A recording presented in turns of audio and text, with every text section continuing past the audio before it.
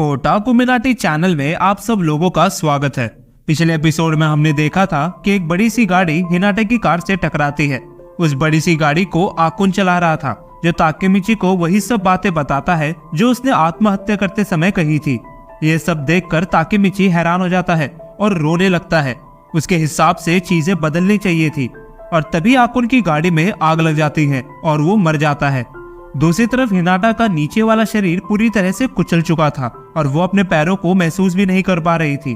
Takemichi उसे गले लगाकर कहता है कि वो हमेशा उससे प्यार करता रहेगा। और तभी हिनाटा की गाड़ी में भी आग लग जाती है और ताकेमिची दूर जाकर गिरता है। वो कसम खाता है कि हिनाटा की जान बचाने के लिए अब वो टोक्योमांजी गैंग का नया कमांडर बनेगा। अब आगे अगले दिन सब लोग ब्लैक ड्रेस पहनकर हिनाटा के फ्यूनरल में शामिल होते हैं। ताकेमिची हाथ जोड़कर हिनाटा की आत्मा की शांति के लिए प्रार्थना करता है और बहुत देर तक ऐसे ही खड़ा रहता है, जिसे देखकर कुछ लोग उसे समझाते हैं कि बाकी सब भी अपनी बारी का इंतजार कर रहे हैं। ताकेमिची पिछले दिन की चीजों को याद कर रोने लगता है। ये देखकर नाओटो के आंखों में भी आंसू आ जाते हैं और वो अपने आप को संभाल नहीं पाता और जोर जोर से रोने लगता है। जब ताकेमिची उसकी मदद करता है तो नाओटो उसका कॉलर पकड़कर कहता है ये सब क्यों हो रहा है? हमारा प्लान तो काम करना चाहिए था ना। हिनाटा दीदी। इसके बाद सीन शिफ्ट होता है, जहां हिनाटा की मम्मी ताकेमिची को उसका जला हुआ नेकलेस देती है और बोलती है, मेरी बेटी को ये नेकलेस बहुत पसंद था। वो हमेशा इसे अपने दिल के पास रखती थी। तुमने उसे ये गिफ्ट दिया था ना, लगता है वो तुमसे बहुत प्यार करती थी। ये सुनकर ताकेमिची रोने लगता है। इसके बाद ताकेमिची नाओटो के पास जाता है और नाओटो उसे बोलता है, मैंने आकुन के बारे में थोड़ी बहुत जानकारी निकाली और मुझे पता चला कि इस टाइमलाइन में उसकी शादी हो चुकी थी और उसका एक बच्चा भी है। ये सुनकर ताकेमिची कहता है, अगर उसका परिवार था तो उसने ये सब क्यों किया? उसके बीवी और बच्चे लापता है। मेरा अनुमान है कि उन लोगों ने उसकी फैमिली को किडनैप कर उसे डराने की कोशिश की होगी। क्या आकुन ने मरने से पहले कुछ कहा था? हाँ, उसने बताया था कि वो ये सब टोक्योमांजी गैंग के कहने पर कर रहा है, लेकिन मुझे ये समझ नहीं आया कि हानमा वहाँ पर क्या कर रहा था। यानी कि हमने जो भी किया उसका कोई फायदा नहीं हुआ। हम फिर भी किस्मत को नहीं बदल पाए। तुम गलत कह रहे हो नाओटो। ड्रेकन को बचाने पर भी कुछ नहीं हुआ, क्योंकि उसकी मौत वो कारण नहीं थी जिससे टोक्योमांजी गैंग इविल बनी। जब हिनाटा मेरी आंखों के सामने मरी, तब मुझे इस चीज का एहसास हुआ कि इस मुसीबत को सुलझाने के लिए हमें इसकी जड़ को खत्म करना होगा। यानी कि मुझे 12 साल पीछे जाकर टोक्योमांजी गैंग का नया लीडर बनना होगा। ये सुनकर नाओटो हंसते हुए कहता है तुम पागल हो गए हो, ये नामुमकिन है। मैं फिर भी करूंगा।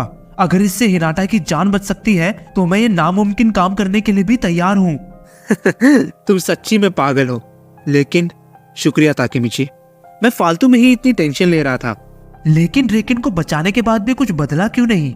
माइकी और ड्रेकन के होते हुए किसाकी टट्टा बीच में घुस ही नहीं सकता और ड्रेकन की जिंदा होते हुए टोक्योमांजी गैंग इविल बन ही नहीं सकती। अगर ऐसा है तो चलो पता लगाते हैं कि ड्रेकन क्या करना चाहता है। इसके बाद ताकेमिची नाओटो के मैसेज का इंतजार करता है, लेकिन उसका कोई रिप्लाई नहीं आता। फाइनली अगले दिन दोपहर को नाओटो उसे टोक्यो डिटेंशन सेंटर के बाहर बुलाता है, जहां वो लोग ड्रेकन से मिलने वाले हैं। नाओटो बताता है कि जब उसने ड्रेकन के बारे में रिसर्च की तो उसे पता चला कि वो अब टोक्योमांजी गैंग में नहीं है और मर्डर के जुर्म में ड्रेकन को फांसी की सजा सुनाई है। ड्रेकन से मिलने के बाद ताकेमिची से कहता है, क्या हुआ ड्रेकन, तुमने किसी का मर्डर क्यों किया? टोक्योमांजी गैंग के साथ क्या हुआ है? जिसके जवाब में ड्रेकन बोलता है, मैंने जो भी किया मुझे उसका बिल्कुल अफसोस नहीं है। मेरे वजह से टोक्योमांजी गैंग ऐसी बन गई। काश मैं उस आदमी को रोक पाता। बचपन में कितना मजा आता था। अपनी गैंग को बड़ी करने के लिए हमने सब कुछ किया। हम लोग हर दिन बस लड़ते रहते थे और मजे करते थे। टोक्योमांजी गैंग मेरे लिए सब कुछ थी। अगर मुझे वापस मौका मिला तो मैं फिर से उसी तरह से जीना पसंद करूंगा। मुझे किसी भी बात का अफसोस नहीं है, लेकिन मैं एक चीज करना चाहता हूँ। मैं किसाकी टट्टा को चांद से मारना चाहता हूँ। ये देख के ताकेमिची और नाओटो हैरान हो जाते हैं। जैसे ही ताकेमिची कुछ पूछने वाला होता है, तभी बेल बज जाती है और ड्रेकन से मिलने का समय पूरा हो जाता है। जाने से पहले ड्रेकन बोलता है, ध्यान से सुनो ताकेमिची, तुम्हें टोक्यो छोड़ के चले जाना चाहिए। तुम मरते मरते बचे हो, है ना? इसलिए तुम मुझसे यहाँ मिलने आए। एक बात याद रखना, किसाकी के लिए किसी को जान से मारना बिल्कुल मच्छर मारने की तरह है। लेकिन वो मुझे मारने के पीछे क्यों पड़ा है? किसाकी माइकी को पसंद करता था, लेकिन धीरे धीरे वो चीज नफरत में बदल गई और अब वो उन चीजों को मिटाना चाहता है जो माइकी के दिल के करीब है। इसके बाद ड्रेकन उस दिन को याद करता है जब उसने किसी को जान से मारा था और किसाकी टेट्टा वहां पर आके उसे कहता है बहुत बढ़िया काम किया ड्रेकन।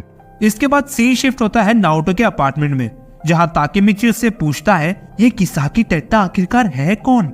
जवाब में नाओटो कहता है वो फिलहाल के लिए टोक्योमाजी गैंग का कमांडर है और सबसे ज्यादा इम्पोर्टेंट इंसान है। पक्का वही है जो बार बार मेरी बहन को मरवा रहा है। पुलिस इसको ढूंढने के लिए जमीन आसमान एक कर रही है, लेकिन अभी तक किसी को उसका कोई सुराग नहीं मिला। मैं भी अभी तक इससे पास्ट में नहीं मिला हूँ, यानी कि हमें इसके बारे में कुछ भी नहीं पता। अब तो सिर्फ एक ही रास्ता है, वक्त में पीछे जाकर टोक्योमाजी गैंग का कमांडर बनना। लेकिन उसके लिए सबसे पहला मुझे कैप्टन बनना होगा। पाचिन फिलहाल जेल में है, तो मैं 3rd डिवीजन का कैप्टन बन सकता हूँ।